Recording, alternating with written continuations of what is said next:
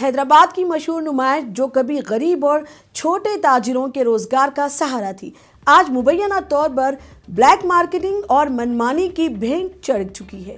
हैदराबाद में ताजिरों और stall holders ने प्रेस कॉन्फ्रेंस करके इस पूरे मामले की आला सतही जांच का मुतालबा किया है।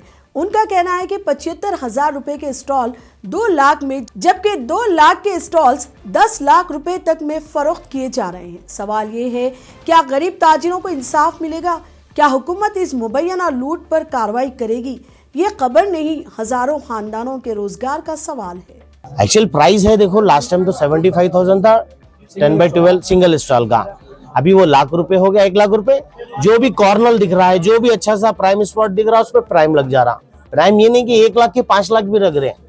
जब डबल स्टॉल है 2 लाख की, 2 लाख पे 10 लाख भी प्राइम लग रहा नहीं है साहब। जो भी यहाँ पे आ रहे हैं सब मजबूर है, 99% लोग मजबूर है, कुछ बोल नहीं सक रहे। अगर उनको करना है तो जो है ना आ रहे कर ले रहे, जो 2 लाख की दुकान है 10 लाख में भी ले रहे। आवाज उठाने वाले को जो है ना एंट्री नहीं है। एक्चुअली ये एग्जीबिशन है गरीब लोग की, जिसके पास रोजगार नहीं है। 2 साल से बहुत मेरे को स्टॉल अलॉट नहीं कर रहे, क्योंकि स्टॉल भर के नवंबर में पेमेंट कर चुका हूँ, उसकी ये रसीद है। एप्लीकेशन में जो मार्कर है वही पेमेंट कर चुका हूँ, 2 महीने हो गए अब, लेकिन अलॉटमेंट नहीं करे।